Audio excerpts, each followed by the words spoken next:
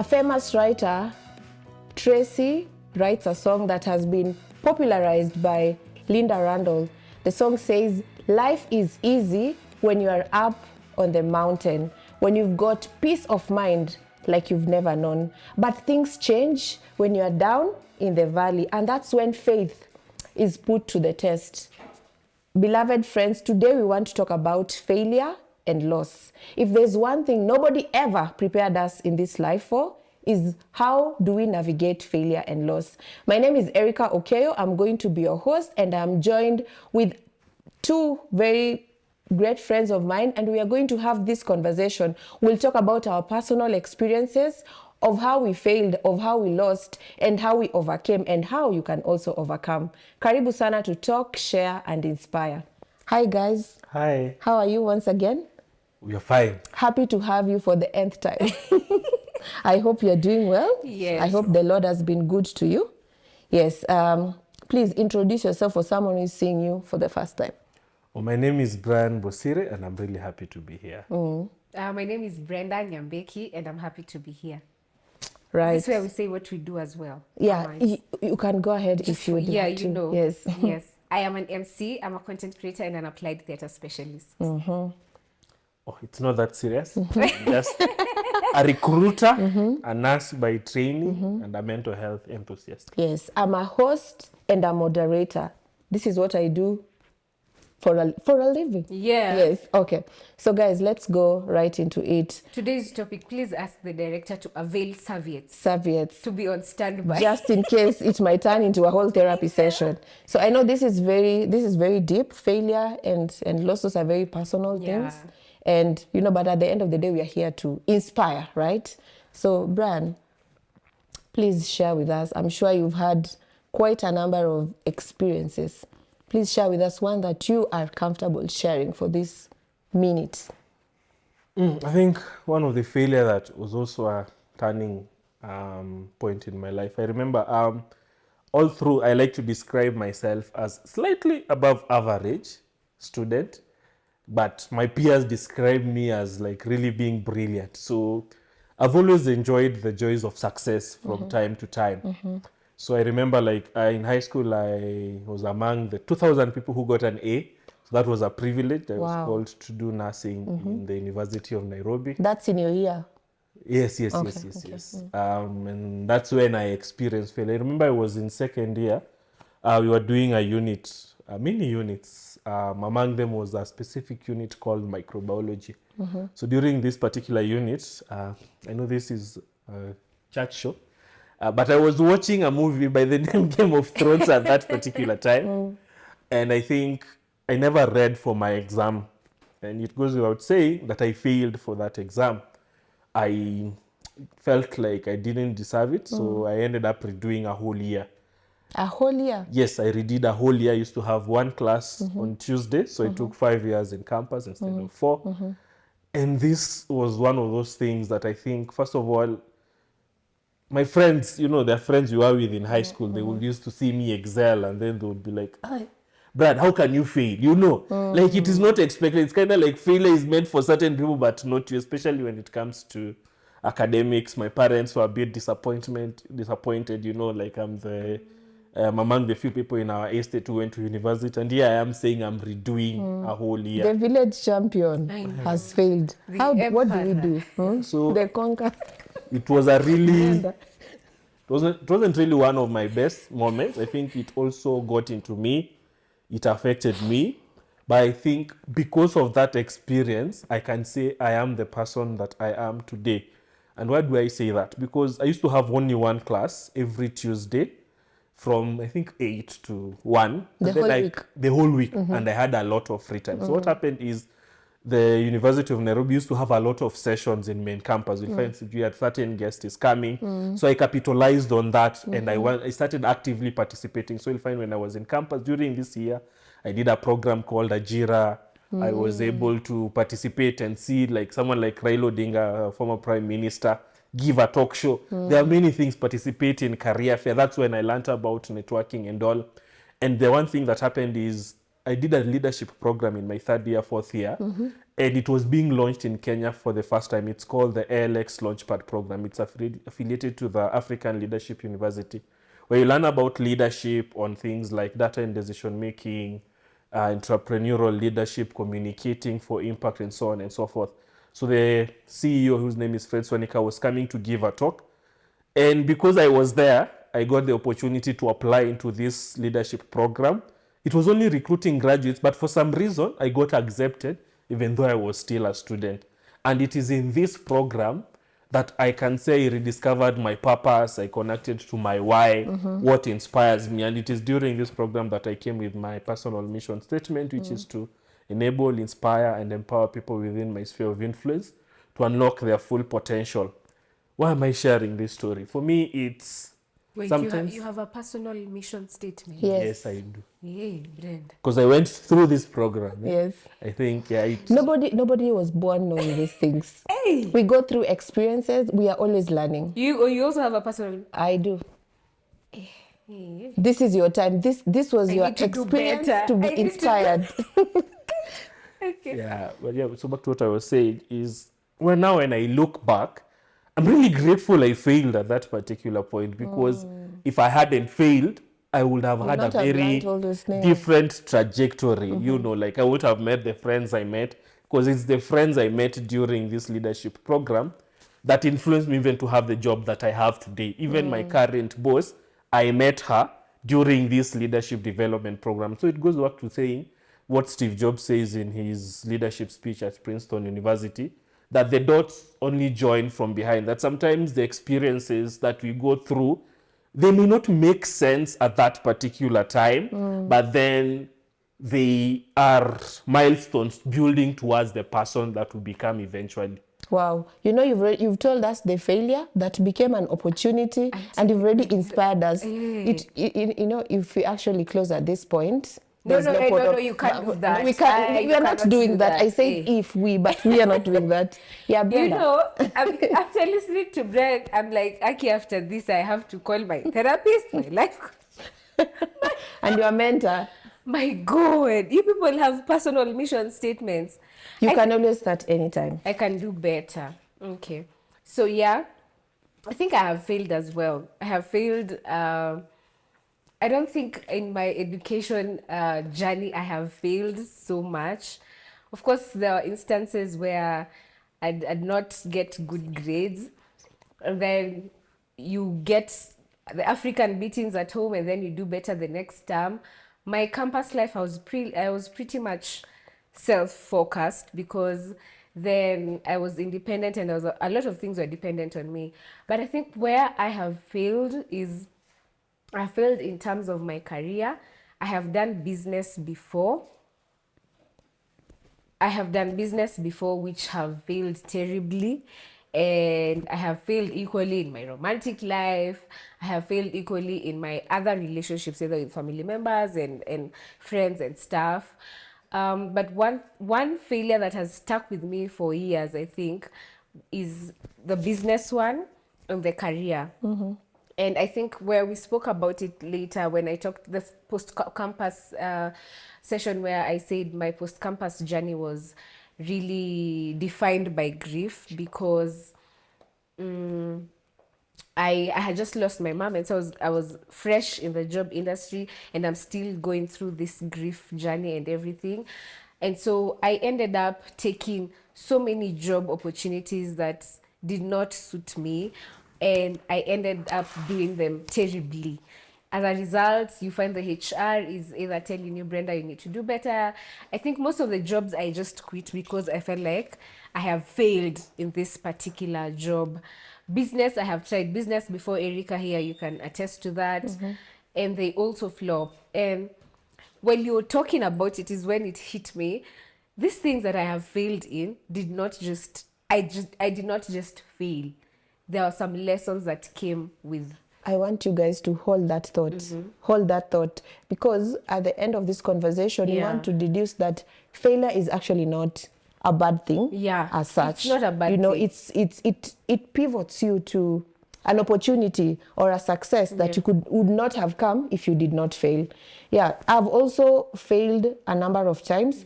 this topic for me is very personal. Yeah. Because I used to fear failing. I still think I fear failing Oh, really? to some extent, not so much. It still doesn't agger well with me to actually say that I failed at that, that's really heavy.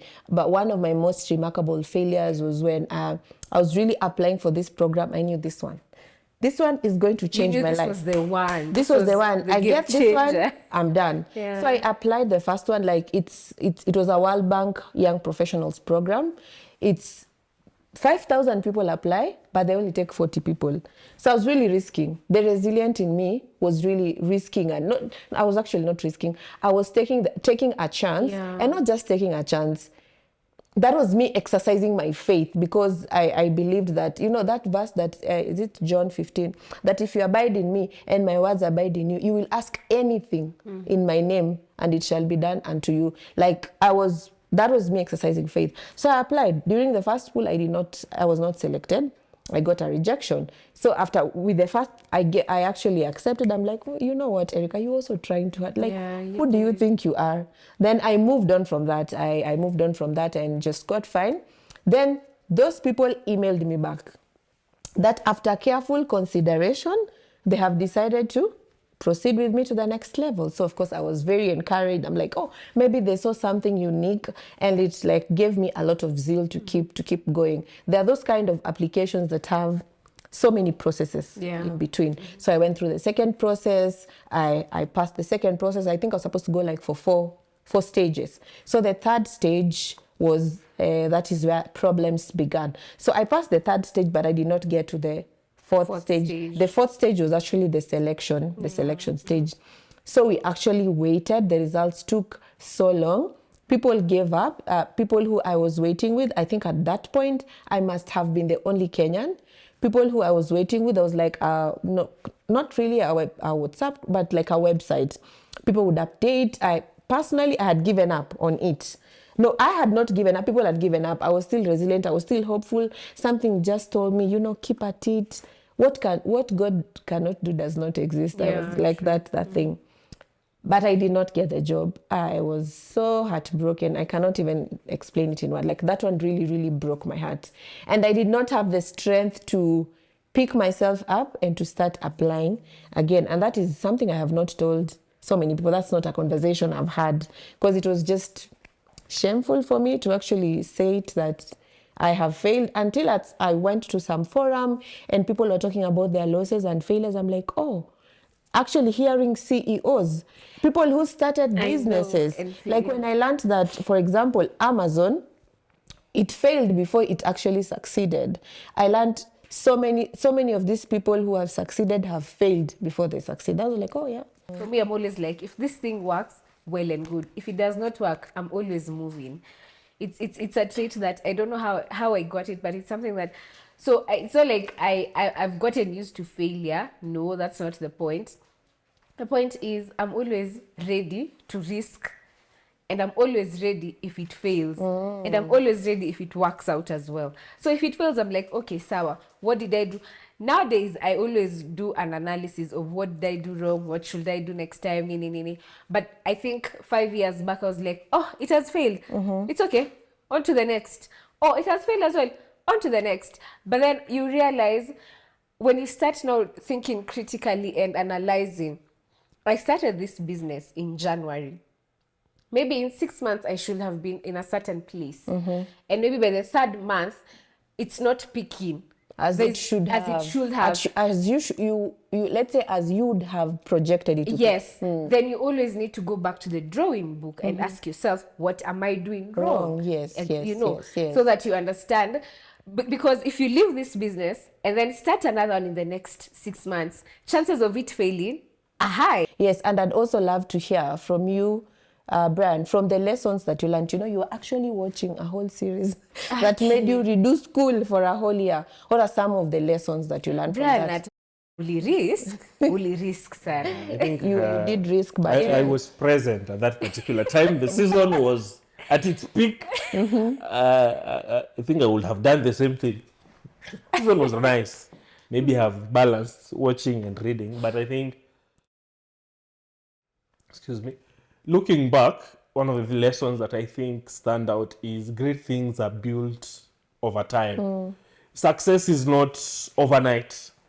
And looking back, sometimes like when I look, I think the thing about failure is when it happens, it is so grandiose in our mind, it's so exemplified, more than the thing that it really is. It was just a unit, for heaven's sake. Yes, yes. There are people who have done even more years. It was just Yeah. one unit. There are people who have done even more years. Some people have had to be discontinued even from med school. And the thing about failure is when it happens, our mind has a way of amplifying it for how than it really is. Because looking back, I can't really, it's just a tiny thing when I look at my life right now, like where I am. It was just an episode in my life, but when I relive that moment, I feel like I had amplified it more that it needed to be amplified. And so my thinking is, one of the lessons I've picked is, yes, in this life, not everything will always go according to plan. I may have plans, I may wish to do things, but also being open-minded in the event that something does not go according to how you wished or how you desired. How do you go about it? And looking at life from a bigger picture rather than from that tiny thing. Yeah, Because I realized, one of the things I realized is we never celebrate our small wins. Yeah, One of the things that we But we do magnify on our a failures. day-to-day I think basis. it's just human nature. Yes, yes. It's just us. Yeah, sorry. Yeah, so you need to have a balance of both. Yeah, it's true, you accept that failure will always be there. Yeah. There will always be things that are beyond your control. But even when they happen, how do you jump back again? How Yes. do you pick yourself up and try again and try again? You know, that conversation, that conversation is very important, because now we are seeing how did failure influence your personal or professional growth. Like, first of all, you learned it's not that serious. It was just a unit. It's just one thing. It's not that bad. Be open-minded. It's something that I learned. Oh yeah, don't normalize. Don't normalize. Be open-minded. It's something Okay. I learned with my brother. Actually taught me is be open-minded, and if you can, always have a plan A, plan B, And if possible even have even up to plan Z. No, but I'm just interested to know, if I have so many plans, isn't there a risk that I will not? It's I'm also not a going risk to have one plan. Are Yes. you aware? Oh, true. So there is So that end. so Okay. it's just being open-minded. You're like, I'm starting this business. I want to do this. I want to do this. Okay, so the plan B is this and that. If this does not work, how is my heart? What is the capacity of my heart to handle this? If this thing does not work, how do I go about it? Just ask yourself such questions, because I think, as you've said, we always go in with this expectations. You want to, this business has to peak in 6 months. I need to be driving in 1 year. I need to be, I think it's expectations. Manage your expectations, because it's absurd to say don't have expectations. Manage your expectations and be as open-minded as you can. So those are the lessons you learned: manage your expectations and be as open-minded as you can. And one thing also I learned from my failures, personally, professionally, read a lot, find out from other people who've gone through the same journey that you have been through, and learn from their failures and the things that you probably should do different, so that you don't fail as they did. Let's say, for example, before you begin a business, maybe it's let's talk about team building, because that's what we can relate to. It's good for you to find out people who've done this before. Where did they fail? What can we do better? I feel like sometimes we probably fail too fast because we did not take a considerable amount of time to research, to see this is what has happened before, and this is what I should do differently, not to get there. I think it's also okay to cry. Yes. To take the minute to realize, okay, my business flopped, and maybe at that particular point you're like, there's nothing much that can be done. Okay, let me just stay indoors, order food if you can, or just be in that moment, be in that mood that it has process the pain. Process the pain and be like, okay, take a day or two, just to mourn. wallow in that, exactly, to wallow in the pain. And something else, as you think about what you're about to say, I also wanted to find out, have support systems helped you guys manage or overcome failure? Just to build up on what Brenda was saying, when it comes to failure and loss, I feel it's good. Like the answers we are giving, they really resonate. But sometimes also go through the process of failure. I feel sometimes we jump. Yeah. You can, if you've failed, don't jump shoe the next day and start. And This what- it's not like a yeah. motivational Positive talk. affirmation. It's a good thing, but then also failure and loss have one thing in common. Just like when we lose a loved one, even when you lose a boyfriend, when you undergo any kind of loss, When it you can lose be a a lose a phone, friendship, yes. lose a friendship. Yes. You need to go through the what's a healing process. You see that they say you need to be angry. The first reaction, is first, of course, there is shock, there is anger, there is depression. Then there's, of course, maybe coping up with the Yes. new normal. So Then the you other- finally get to the acceptance. Exactly. So when you get to acceptance doesn't sometimes necessarily mean things will go back to the way they were. Let's say, for example, when you lost your father, you may never experience a normal that was similar I to never. when you had a father. I have never experienced So one 21 of the years things later. is learning how do you accept to cope with your new normal. Normal. So Wow. like, for example, there are jobs you apply, you miss out on them, and then you may never get a similar opportunity. So how do you learn to live with your new normal? How do you learn to cope when you encounter such failures and loss? And one of the things is go through the grief process. If you need to be angry, be angry. If you need to cry, cry. Yeah. If you need to all do that. Of course, there will be denial. God, why did this happen to me? Why couldn't it happen to any other person? Of course, there will be begging, and then there will be the acceptance bit. So go through the process. One of the things that I think retracts us or restrains us from moving forward is sometimes we get stuck in the process. Yes. We get stuck maybe on begging. We never accept that this opportunity maybe has gone. Is that the whole thing? Yes. So go through the process, heal. And maybe the other thing is please try, especially now as You're young already people. giving us strategies. So Yes. look at the camera and tell us how to do this. And I think one of the things I'll say is my uncle once told me, remember when I started my nursing internship, I got some good money. And then I was there excited, saying, I want to invest, I want You to were do these chopping things. money, Brian. My uncle told me, you go eat that money. Go spend it, make mistakes. And essentially what he was saying is, sometimes you need to try. There are lessons that you can't learn if you haven't gone through them. So don't be afraid to dare into things that you do. Between age 25 to 30, they normally say that is the discovery stage, where you get to discover what do you like, what do you enjoy. That is the age where you should be willing to make as many mistakes as possible. Because as a young person, those mistakes are not as costly. Let's say, for example, when you get married, you won't be saying, I want to invest this whole amount of money. You'll have to consider your kids. You'll have to consider your family. Yeah. But between this age, it's a discovery age. So be afraid to risk. Of course, calculated risk. Don't, of course, go failing because, intentionally. But then even when it happens, be willing to take these risks. And the lessons you learn therefrom, they will shape you the person that you want to become. I love that. You're already talking about how to build resilience. So I should be willing to take those risks and use those ones as a platform to learn new things. I love that. Yes, Brenda. Please also tell us, talk to someone, a young person who is really afraid of failing. Why are you afraid of failing in the first place? Like, why? It means you won't progress. Honestly speaking, it means you won't progress. You just need to take that risk. Of course, calculate it. There are times you will take uncalculated risks, but honestly speaking, even if you are afraid or not afraid, at some point in your life you will have to fail. Human beings will let you down. The company you've started, your employees will not show up. That is, they've failed you in a way. Suppliers will fail you. Even your support system support system will equally fail you. But as a decent human being, you need to learn how to handle this failure. And as Brian has said, with those strategies, mine are just say, have an open mind.